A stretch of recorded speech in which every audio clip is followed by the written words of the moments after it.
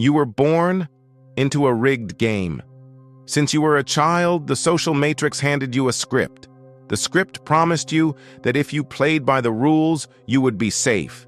It told you to be the good man, to be honorable, to explain your pain to those who hurt you, to show mercy to those who disrespect you. Look closely at the world around you. Does the matrix actually reward the honorable, or does it behead them? There is a psychological architecture layered over our society. It was not designed to protect you. It was designed to keep you predictable, harmless, and easy to harvest. In Game of Thrones, George R.R. Martin built an entire universe on one brutal, historical truth from the medieval Wars of the Roses. The men who cling to honor in a room full of predators do not survive the winter. Ned Stark played by the rules, and he lost his head. Today, we burn the script. In this masterclass, we are going to declassify the psychology of 5 Machiavellian archetypes. 5 minds, from real history and high-level fiction, that refused to play the victim, and instead rewrote the base code of human power dynamics. I call them the sovereign protocols. By the end of this masterclass, I am going to give you a specific psychological weapon known as the law of formlessness. Once you master it, the most manipulative person in your life will realize they are trying to drown a man who has already become the ocean. But to survive that evolution, you first have to understand the invisible currency you are currently bleeding. Welcome to Protocol 1. Protocol 1, the Phantom Economy. In the bitter winter of 1905, the most powerful empire in the history of the world was brought to its knees, not by an invading army, but by a single uneducated peasant. His name was Grigory Rasputin. The Romanovs, the royal family of Russia, possessed absolute wealth, yet they became completely psychologically enslaved to this wandering outcast. Rasputin didn't use magic. He used a psychological phenomenon known as the phantom economy. To understand the phantom economy, you must understand the most brutal law of economics, hyperinflation. When a central bank prints too much money, the currency loses its value. In the social matrix, your attention, your emotion, and your physical presence are your currency. When a toxic partner or a manipulative boss provokes you, you argue back. You send paragraphs of desperate text messages. You give them hours of your mental energy. You are printing money, and just like hyperinflation, your presence becomes completely worthless to them. Rasputin understood this mathematical truth. Whenever the royal family became too comfortable, Rasputin didn't argue. He didn't explain himself. He simply packed his bags and walked out into the freezing Siberian wilderness. He vanished. Without his presence, the Tsar of Russia, a man who commanded armies, sent soldiers to hunt down a peasant, begging him to return, just to get his attention back. In modern pop culture, we see this exact same historical dominance in Mad Men's Don Draper. When a client disrespects him, Draper doesn't raise his voice. He doesn't negotiate his worth. He simply stands up and leaves the room. He withdraws his currency from their market. You must apply this to your own life. You must execute the dead drop. When someone raises their voice, you lower yours. You look at them with the clinical detachment of a scientist observing a malfunctioning machine. You say, "I can see you are heavily dysregulated right now. We will try this again when you are in control of yourself." And then you evaporate. You take your attention and you leave. You introduce a sudden, terrifying vacuum of silence into their reality, and they will realize a horrifying truth. Your presence is a privilege, and they can no longer afford it. Protocol 2. The Obsidian frame. Society tells you that empathy is the ultimate virtue. They tell you that to understand someone, you must feel their pain. This is the exact mechanism that builds your cage. When you feel the panic or the anger of the people around you, you are no longer a sovereign individual. You become a puppet, moving violently to the rhythm of their nervous system. The amateur bleeds. The architect measures. In October 1962, the world was exactly 13 days away from total nuclear annihilation. The Soviet Premier, Nikita Khrushchev, looked at President John F. Kennedy and saw a young, weak beggar. He tried to trigger a compliance test.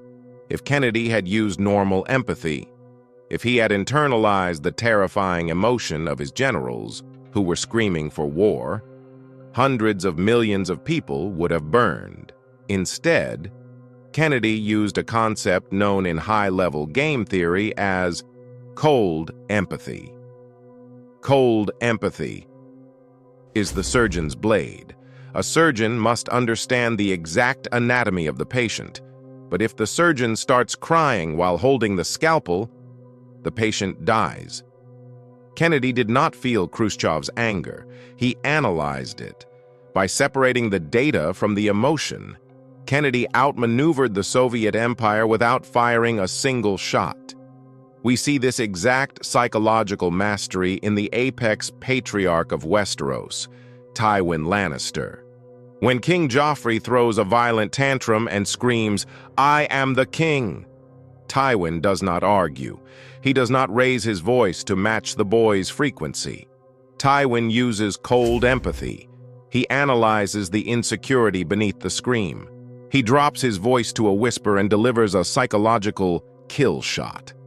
He says, "Any man who must say, 'I am the king,' is no true king." Tywin didn't fight the storm. He became the Obsidian frame. Obsidian is a volcanic glass. It is impenetrable. It absorbs everything and reflects nothing. When a manipulator attempts to manufacture chaos, they are looking for their reflection in your reaction. If they shout, they need you to flinch, you must give them absolutely nothing. The next time someone tries to back you into a psychological corner, do not draw your sword. Simply look at them. Hold eye contact for 3 seconds. Too long to be polite, too short to be aggressive. You cannot be manipulated if you refuse to participate in the illusion. Protocol 3, Strategic Entropy. You are predictable. And in the social matrix, predictability is a death sentence. The human brain is a prediction machine. It evolved to recognize patterns to survive. When you interact with a highly manipulative person, they are not just talking to you. They are running a diagnostic. They are mapping your source code. They learn that if they press the guilt button, you dispense an apology. If they press the disrespect button, you dispense anger. Once they have your blueprint, you are no longer a person to them. You are a vending machine of emotional supply.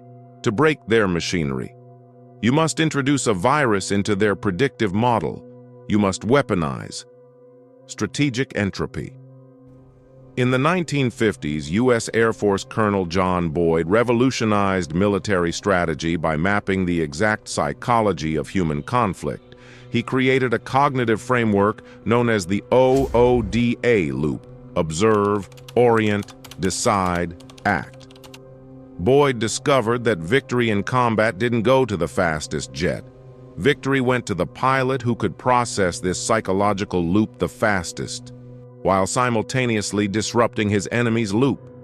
If you introduce a completely unpredictable movement, the enemy's brain cannot orient. He experiences massive cognitive overload. He freezes, and in that fraction of a second, he loses. In Game of Thrones, there is a reason Peter Baelish outmaneuvers men with massive armies and ancient bloodlines. Littlefinger is not a warrior. He is an agent of entropy. while other lords play by the rigid, predictable rules of honor and tradition. Littlefinger introduces sudden, calculated variables that shatter their reality. He famously said, "Chaos isn't a pit, chaos is a ladder." Most viewers think this is just a theatrical villain quote, but military strategists know it is a verified clinical combat tactic. Littlefinger did socially exactly what Colonel Boyd did in the sky. He broke the OODA loops of his enemies. You must become the glitch in their loop. When a toxic person attacks you, they have already mapped out your response. They have their counter-argument loaded. They are waiting for you to follow the script. You must rip up the script in real time. If they scream at you, expecting you to cower or scream back, you do neither. You look at them with mild scientific curiosity.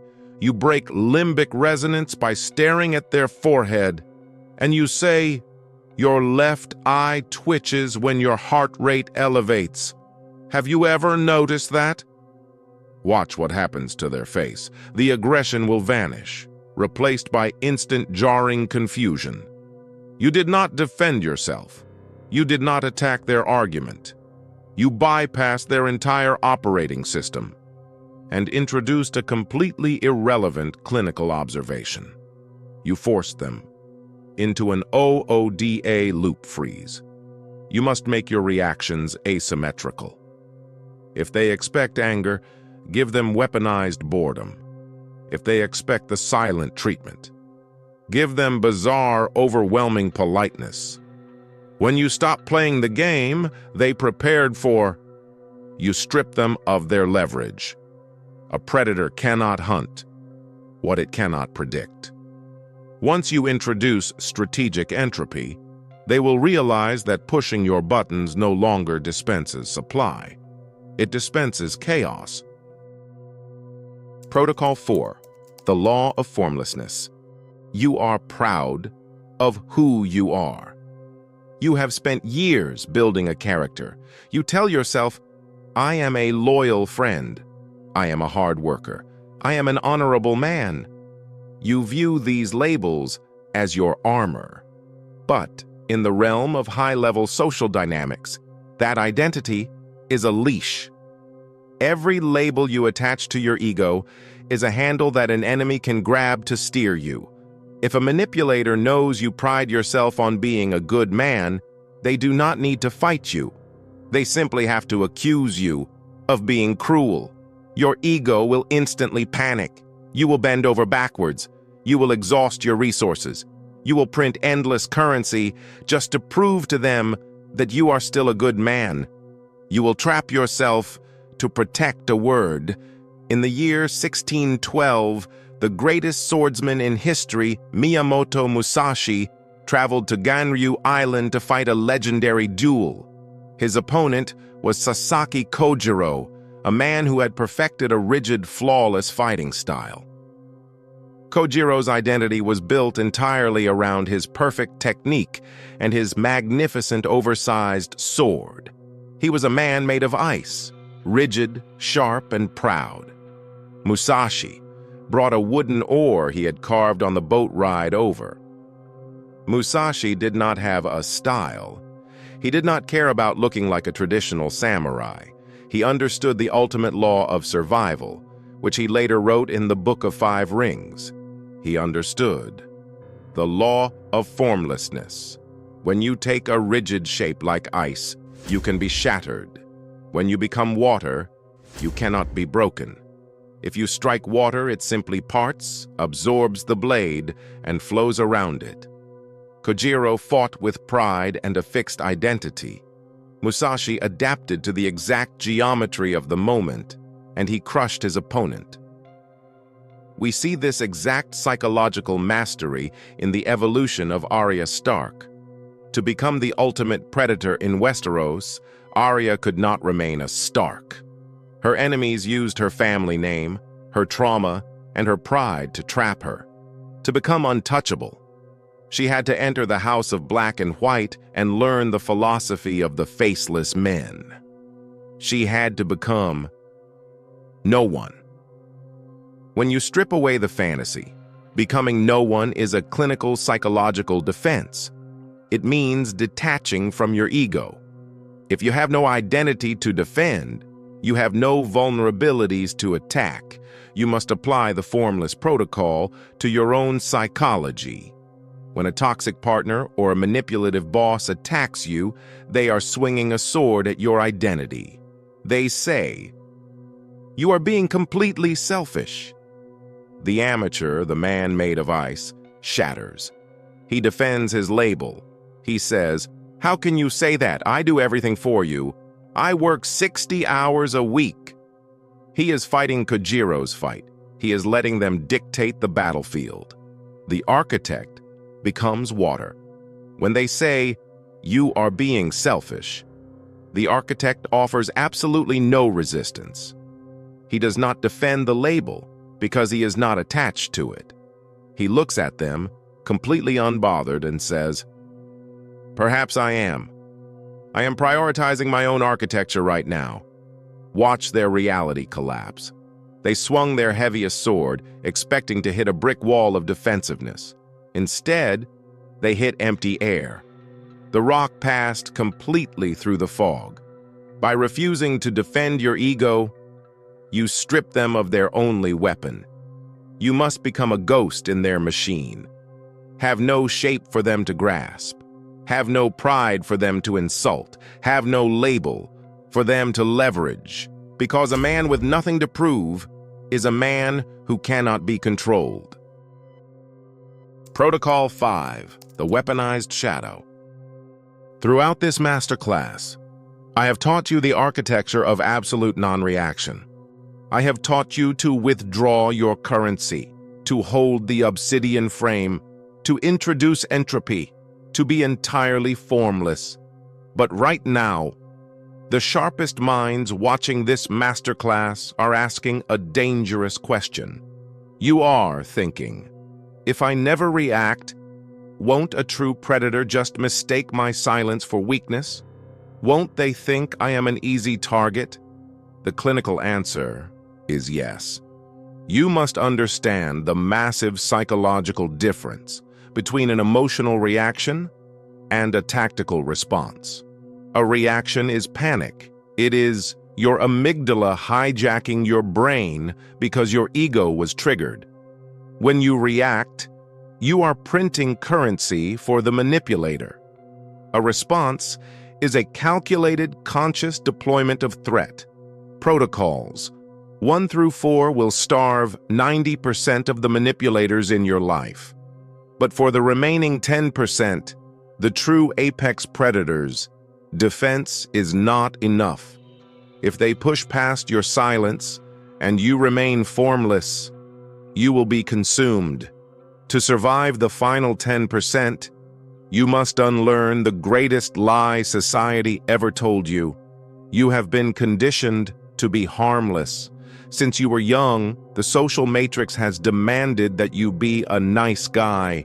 You were taught to suppress your anger, to bite your tongue, and to shrink your capacity for destruction. They told you, this makes you a good man. In the early 20th century, the godfather of analytical psychology, Carl Jung, uncovered a terrifying truth about the human mind. He realized that a harmless man is not a good man. A harmless man is just weak. He is a victim, waiting for a predator. Jung introduced a concept that destroys the modern illusion of the nice guy. He called it the shadow. The shadow is the dark repository of your psyche. It holds your aggression, your ruthlessness, and your capacity for absolute chaos. Society tells you to lock it in the basement. Jung said, you must invite it to the table. No tree, Jung wrote, can grow to heaven unless its roots reach down to hell. We see the fatal consequence of ignoring the shadow in the tragic fall of Ned Stark. Ned Stark was a good man. He was honorable. He was entirely harmless to his enemies because his moral code made him predictable. When he discovered the truth about the Lannisters, he didn't strike in the dark. He warned them. He played by the rules. He refused to access his shadow. He refused to become dangerous. And for his honor, they put his head on a spike. A truly good man is not harmless. A truly good man is a very dangerous man who has his danger under absolute voluntary control. He has a monster inside him, but he keeps it on a leash. When a manipulative person, a narcissist, or a bully enters your perimeter, they are not looking for kindness. They are looking for teeth. They are running a subconscious risk assessment. If they push you, and you respond with a polite smile, an apology, or a nervous laugh, they know the basement is empty. They know you are Ned Stark. You must execute the Jungian protocol. You must weaponize the shadow. When they cross the line, you do not yell. Yelling is an emotional reaction. Yelling is a loss of control. Instead, you drop the customer service voice. You let your face go completely dead. You drop your vocal pitch to the floor. You look them directly in the eyes, breaking limbic resonance. And you let them feel the terrifying weight of what you are holding back. You deliver a tactical response. You say, "You are mistaking my patience for an inability to act." Watch the air leave the room. Watch their nervous system instantly recalibrate. They will realize in a fraction of a second that they have not backed a sheep into a corner. They have woken something up. When we began, I told you that you were operating on a contract you never signed. I promised you the tools to burn the script. You now control the phantom economy. You hold the Obsidian frame. You deploy strategic entropy. You move with formlessness, and you keep the shadow at the gates. You are no longer a participant in their game. You are the architect of your own reality.